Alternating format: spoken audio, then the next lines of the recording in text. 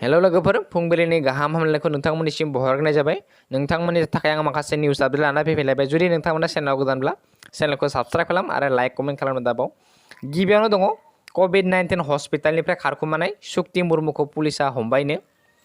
Kokrajhar आर&बी civil देहा फाहामसालिनि कोविड-19 नि isolation वार्डनिफ्राय थांनाय 2 अक्ट'आव खारखुमानाय कोविड-19 पजिटिव बेरामि कक्राझार जिल्लानि जोबजारु 45 बोसोर बैसोनि सुक्ति मुर्मु उरुपे शुक्ला मुर्मुखौ रबिबाराव कक्राझार जिल्ला पुलिस बिफाना गोख्रों संदाननानै बिसमुरि पुलिस आउटपोस्टनि सिङाव थानाय लुसुं हाग्रा ओनसोलनिफ्राय हमनो हायो आरो कक्राझार आर&बी सिविल देहा फाहामसालियाव रिपिड एन्टिजेन टेस्ट खालामनायाव शुक्लानि मोदोमाव कोविड-19 नि नेगेटिभ मोननो हायो होननानै पुलिसफोरा सुलुङाव फोरमायदों। नैथियाव दङ रायजो सरकारा कर'ना भाइरासनि गिख्रंथाव गोसारनायनिफ्राय रैखा मोननो थाखाय नारा नाथा जुजिगासिनो दङ। थांनाय साननैसो सिगाङाव गुबुन जिल्लाफोराव थांलाय फैलाय खालामनायखौ बन्द खालामदोंमोनब्लाबो बे राहाखौ एसे फुरुंना होनाय जादों। सप्तानि समबार आरो मंगलबारावल' गावनि जिल्लानिफ्राय गुबुन जिल्लासिम थांनो एबा फैनो हागोन आरो सप्तानि सनिबार आरो रबिबार खालि सोलिबाय थानाय लकडाउनखौबो बोखारथ'नाय जायाखैनो। सनिबार आरो रबिबाराव लकडाउनैनो थागोन। बेखिनियानोथ'। थामथियाव दङ चिरांनि भारत भुटान सिमनायाव गिख्रंथाव जाथाय जानानै थांदों। दायना सन्देहजों गंनै नखरखौ गाग्लोबनायाव सानै आइजोखौ लाफानानै गासै 4 सुबुङा गोब्राबै जोखोम जायोनो। बे जाथाया जादों रुनिकाटा पुलिस थानानि सिङाव थानाय भरबस्ती गामियाव। जोबोद दुखुनांथाव बे आजिखालि बे दायना सन्देह खालामनाया समाजनि थाखाय गाज्रि गोहोम खोलैयो। ब्रैथियाव दङ बिस्वजित दैमारी सारा बुंदों बिटिआरनि सागानगिरिफ्रा रन्जन दैमारी सारखौ जेलनिफ्राय उदां खालामनो थाखाय नाजागासिनो। फै बिदिब्ला जों बेबायदिखौ ससे नायग्रोना लाग्रोनि।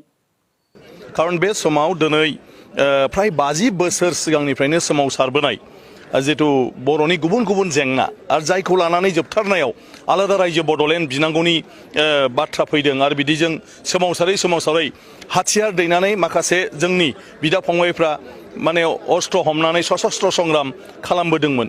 बेखौ दिनै गभर्नमेन्टआ मोनसे गुरुत्व होनानै जोंनि बर' गासै संगठनफोरजों सावरायनानै मोनसे गोरोबथायाव फैनांगौ जाहैबाय आरो बे गोरोबथानि गेजेरजों जोङो दिनै जि जाहोननि थाखाय आलादा बड'लेण्ड रायजो बिदोंमोन बे जाहोनफोरखौ दिनै आसाम गभर्नमेन्टआ आरो भारत सरकारा दिनै सुस्रांनानै होनो थाखाय आलादा रायजो नङालासेनो जायनि थाखाय आलादा रायजो बिदों बेफोर जेंनाफोरखौ सुस्रांनो थाखाय दिनै बिथांमोना बे गोरोबथायाव बाथ्रा होबाय।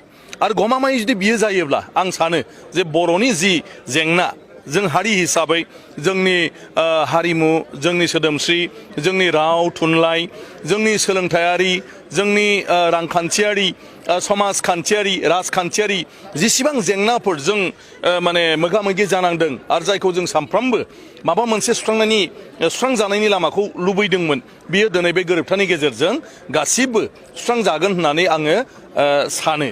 गतिके बिनि थाखाय जोंनि गासै बर' सोमावसारारि बिथांमोननिसिमबो आं साबायखर बावदों। बर'नि बे दैदेनगिरिफोरखौ आं साबायखर बावदों जे बेबायदि मोनसे गासिबो कनसेन्सासआव फैनानै मोनसे माबायावनो बिन्दोआवनो गोरोबलायनानै जयै बर'नि जेंना हिसाबै गासिबो जे दिनै साइन होनो हादों बेबो मोनसे जारिमिनारि जाथाय। मुलुगाव खुनु बेबायदि नोङो नुवा।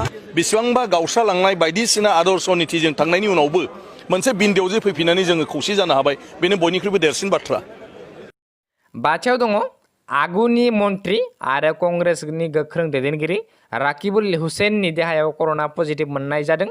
नैबे बिथाङानो राकिबुल हुसैन। बेनो दं इउनियन हम मिनिस्टार अमित शाहनि देहायावबो कर'ना पजिटिभ मोननाय जादोंमोन मैया। नैबे बिथाङानो। बेनि दं दथियाव तिनिसुकिया जिल्लानि बागजानाव थांनाय 2 दाननिफ्रायनो पाइप लिक जानानै जोंबाय थानाय अरजों ओनसोलनि रायजो राजाफोरनि गोबां न' बां बारि बागान खहा जादों, धोन सम्पति। आरो दिनै बे अर खामनाया गोबाव सम जालांबाय नाथाय दिनैसिमबो बे अरखौ खोमोरनो हायाखै। बेबायदि समाव आरोबाव मैया फिन गोदान मोनसे अर खामफिनदोंनो। आरो अइल इन्डिया लिमिटेडआबो गोबां नाजानायनि सायावबो दिनैसिम बेखौ अरखौ खोमोरनो हानाय जायाखै। बेबायदि गिख्रंथाव समाव फिन आरो गुबुन गोदान अर जोंब्लावनाया ओनसोलनि आरो हादरनि रायजो राजाफोरखौ सोमखिखांहोदों। मानोना जोबोर बारि बागान खहा जादों ओनसोलनि सुबुंफोरनि। बेबायदि जोंदों। 7थियाव दङ रिया चक्रवर्तीया गावनि न'निफ्राय खारखुमादोंनो। सानथाम सिगां जाबाय। बिथांनि बिमा बिफा सब खारखुमादों। न'खरनि गासैबो सोद्रोमाफोरानो हर गेजेराव खारखुमादों। सानथाम सिगां हर गेजेरावनो खारखुमादों बिथांनि न'खरनि सुबुंफोरा। सानथाम जाबाय खारखुमानाया बिदाबो न'खरनि गासैबो 9थायाव दङ दासिम आसामाव 52 लाख सुबुङा दैबानाजों एफेक्टेड जाबाय गासै 30 जिल्लायाव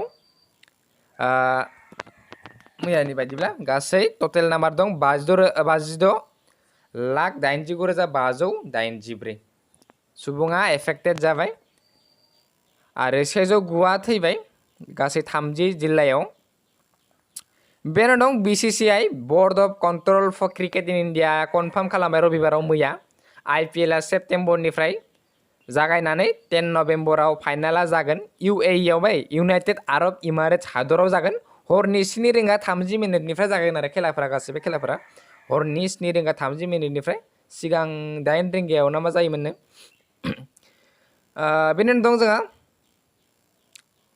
मैया गासै 4 थैदों लेट मृदुल्ला घोष 54 बोसोर बैसोनि करिमगंजनिफ्राय लेट तिलक चन्द्र दास कामरुप मेट्रनिफ्राय लेट सन्त सरकार 62 बोसोर बैसोनि तिनिसुकियानिफ्राय आरो लेट समीर फुकन 52 बोसोर बैसोनि आरो मैया 1170 गोदान निउ कर'ना पजिटिभ मोननाय जादों बेनिनो कामरुप मेट्रआव 968 आरो मैया 942 हगारनाय जादों हामफिननाय जादों दा टटेल केसेसखौ नायोब्ला 42,904 आरो हगारनानै जाबाय 30,384 एक्टिभ केस दङ 10,412 थैनाया 105 सिम बांबाय दासिम आरो माइग्रु साथामथ' भिडिअखौ मोजां मोनोब्ला लाइक कमेन्ट खालामदो मानोना जोंनि चेनेला दासिम 20K सौहैथासिगोन बिथांमोना नोंथांमोना मदद नांगौ थ' बेखिनियानो गोजोन्थों।